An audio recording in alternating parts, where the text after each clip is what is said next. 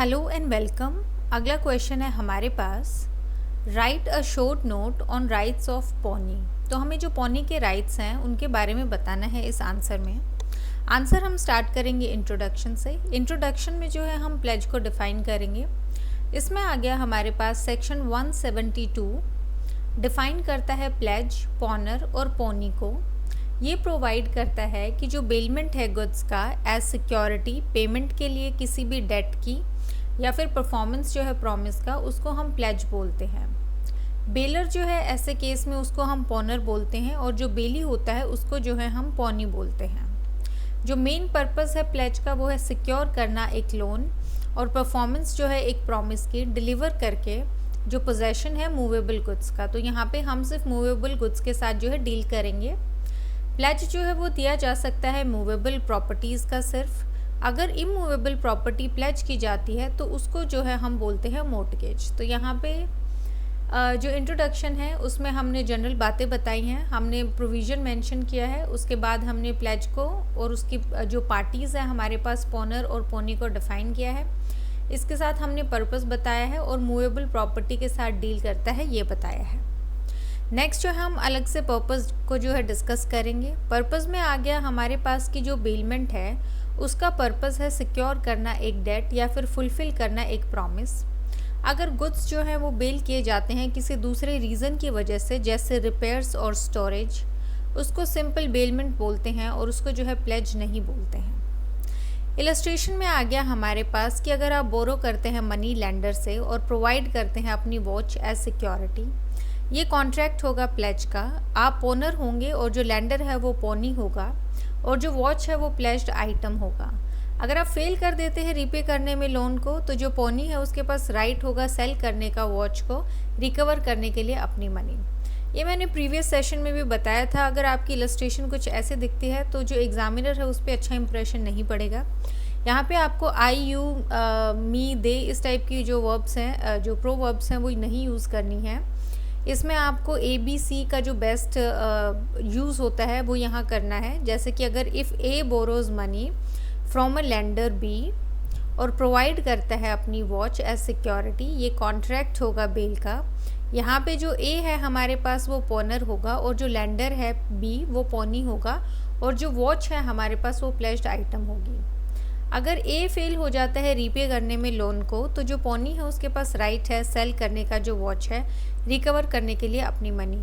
तो इसको जो है मैंने एक्सप्लेन करने के लिए ऐसा किया था, लेकिन ये क्योंकि जो हमारे इनिशियल पार्ट है इंट्रोडक्शन, पर्पस और इलस्ट्रेशन, वो हमने पिछले आंसर से कॉपी किया है, तो ये यहाँ पे मैं दोबारा एक्सप्लेन कर देती हूँ आपको। तो आप जो है ABC या फिर आप जो है फिक्शनल नेम्स भी यूज़ कर सकते हैं, जैसे सुरेश, रमेश या सीता, गीता, इस टाइप के नाम। तो इससे भी आपको जो है मतलब ऐसा भी आप यूज़ कर सकते हैं फिक्शनल नेम्स, लेकिन बेस्ट होता है अगर आप अल्फ़ाबेट्स यूज़ करें। नेक्स्ट आ गया हमारे पास जो मेन कंटेंट है आंसर का, that is rights of pony. जो फॉलोइंग है वो हमारे पास राइट्स हैं पॉनी के। फर्स्ट आ गया हमारे पास पॉनी का जो लियन का या फिर जो राइट है रिटेन करने का। सेक्शन 173 प्रोवाइड करता है कि जो पॉनी है वो रिटेन कर सकता है गुड्स को जो प्लेज किए गए हैं, सिर्फ पेमेंट जो है डेट या फिर परफॉर्मेंस ऑफ प्रॉमिस के लिए नहीं, लेकिन जो इंटरेस्ट है डेट का और जो सारे के सारे नेसेसरी एक्सपेंसेस जो इनकर किए गए हैं उसके द्वारा जो पोजेशन के रिस्पेक्ट में या फिर जो प्रिजर्व करने के लिए गुड्स को जो प्लेज किए गए हैं। नेक्स्ट आ गया हमारे पास सेक्शन 174। ये फर्दर ले डाउन करता है कि सब्सिक्वेंट डेट के केस में एक प्रिजम्पशन होती है कि ये भी पार्ट होता है ओरिजिनल डेट का और जो पॉनी है उसके पास रिटेन करने का जो है गुड्स का वो राइट होता है रिकवर करने के लिए सब्सिक्वेंट एडवांसेस ऑल्सो। तो अगर एक कॉन्ट्रैक्ट है आपके पास वो कंप्लीट हो गया और उसके बाद भी जो सब्सिक्वेंटली आपने जो है और कुछ उससे जो है लोन ले लिया है, तो उसकी सिक्योरिटी के लिए भी जो है आप चीज़ को जो है रिटेन कर सकते हैं। तो बेसिकली पहले पॉइंट में हमने सेक्शन 173 और सेक्शन 174 को डिस्कस किया है। जिन स्टेट्स में बेयर एक्ट अवेलेबल होती है वो बेयर एक्ट उठा के भी एग्जैक्टली प्रोविजंस लिख सकते हैं, लेकिन आप हेडिंग जो है वो ज़रूर याद रखें। सेकेंड आ गया हमारे पास राइट है रिकवर करने का एक्स्ट्रा ऑर्डिनरी एक्सपेंसेस। इसमें आ गया हमारे पास सेक्शन 175 सेक्शन 175 प्रोवाइड करता है कि जो पॉनी है वो इंटाइटल्ड है रिसीव करने के लिए पॉनर से जो एक्स्ट्रा ऑर्डिनरी एक्सपेंसेस हैं जो इनकर किए गए हैं उसके द्वारा प्रिजर्व करने के लिए जो गुड्स प्लेज किए गए हैं। इसमें आ गया हमारे पास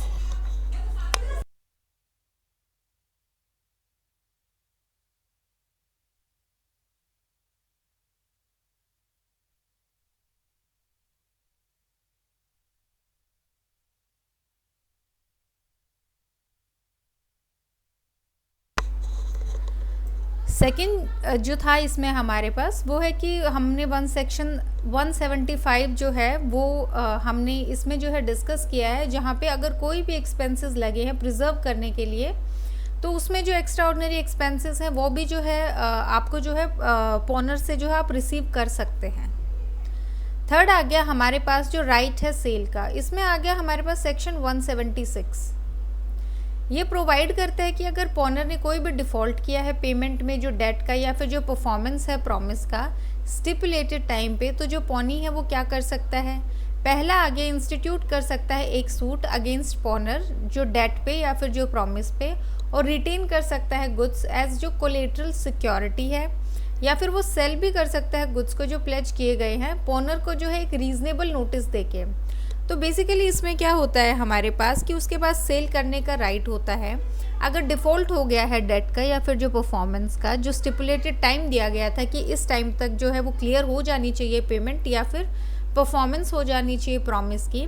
तो उसमें पहला आ गया हमारे पास कि आप जो है सूट इंस्टीट्यूट कर सकते हैं, और दूसरा आ गया हमारे पास कि आप जो है सेल भी कर सकते हैं गुड्स को, और इसके लिए जो आपको क्या करना है पॉनर को एक रीज़नेबल नोटिस देना है कि मैं सेल करने वाला हूँ।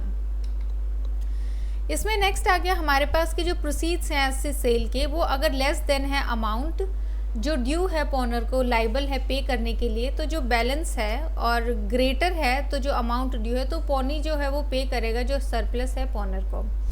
तो बेसिकली जितनी अमाउंट ड्यू है अगर उससे ज़्यादा की आपके पास सेल हो रही है तो आप क्या करेंगे, आप उसको वापस करेंगे जो सरप्लस अमाउंट है आपके पास। फिर आ गया फोर्थ हमारे पास राइट अगेंस्ट ट्रू ऑनर, जब पॉनर का जो टाइटल है वो डिफेक्टिव है तो आपका क्या राइट होगा ट्रू ऑनर के अगेंस्ट अगर पॉनर का टाइटल जो है वो डिफेक्टिव होगा। इसमें आ गया सेक्शन 178A हमारे पास जो प्रोवाइड करता है कि जो पॉनर ने ऑब्टेन किया है पोजेशन जो है गुड्स का जो उसको प्लेज किए गए हैं एक कॉन्ट्रैक्ट के अंडर वो वॉइडेबल होगा सेक्शन 1919A जो है कॉन्ट्रैक्ट एक्ट का। लेकिन जो कॉन्ट्रैक्ट है उसको जो है रिसाइंड नहीं किया गया है जो प्लेज के टाइम पे, तो पॉनी एक्वायर करता है एक गुड टाइटल गुड्स का प्रोवाइडेड वो एक्ट करता है गुड फेथ में और बिना नोटिस के पॉनर का जो डिफेक्ट है टाइटल में।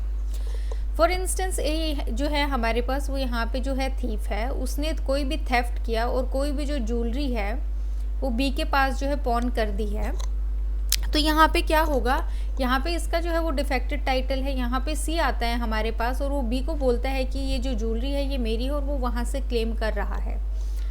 तो इसमें क्या होगा, यहाँ पे बी का जो है वो गुड टाइटल होगा अगर वो गुड फेथ में एक्ट कर रहा है और उसको कोई नोटिस नहीं था कि जो ए का है वो डिफेक्टेड टाइटल है।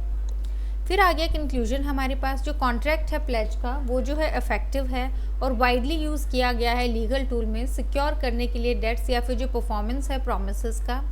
इंडियन कॉन्ट्रैक्ट एक्ट 1872 प्रोवाइड करता है कॉम्प्रिहेंसिव फ्रेमवर्क जो प्रोटेक्ट करता है पॉनर को और पोनी को, इंश्योर करता है एक फेयर और ट्रांसपेरेंट प्रोसेस। ये इंपॉर्टेंट है दोनों पार्टीज़ के लिए अवेयर होना कि उनकी जो राइट्स हैं या उनकी ड्यूटीज़ हैं और कंप्लाई करना जो स्टैट्यूटरी रिक्वायरमेंट है अवॉइड करने के लिए डिस्प्यूट्स। अगेन हमने जो कंक्लूड किया है वो हमने जो पर्पस है बेसिकली उसको समराइज़ करके इस आंसर को कंक्लूड किया है। अब इसमें जो है 2-3 बातें ध्यान रखने वाली हैं। पहला ये कि हमारा 10-15 मार्कर के हिसाब से है, हमने जो है जो पहले वाला जो हमारा क्वेश्चन था प्लेज का उससे हमने इंट्रो उठाया है, इंट्रो जो है वहाँ से उठाया है हमने, उसके बाद पर्पस इलस्ट्रेशन हमने वहीं से लिया है। जो मेन आंसर है वो है हमारा राइट्स ऑफ पोनी वाला, इसके हमारे पास जो है 4 पॉइंट्स हैं, हमने वो डिस्कस किए हैं। फिर हमने जो है कंक्लूजन जो है उसको डिस्कस किया है, ये भी जो है हमने प्रीवियस क्वेश्चन से ही उठाया है। बहुत ज़्यादा प्रोबेबिलिटी है कि ये 5 मार्कर आएगा, तो इसमें जो राइट्स हैं वो आप डायरेक्टली शुरू कर सकते हैं, बस 2 लाइन का इंट्रो देके उसमें आप डेफिनेशन कवर कर दीजिए, इतना इनफ होगा, प्लस 1 लाइन का जो है पर्पस आएगा। उसके बाद आप 4 राइट्स डिस्कस करेंगे और आप जो है कंक्लूजन में समराइज़ करेंगे जो हमने यहाँ पे पर्पस डिस्कस किया है।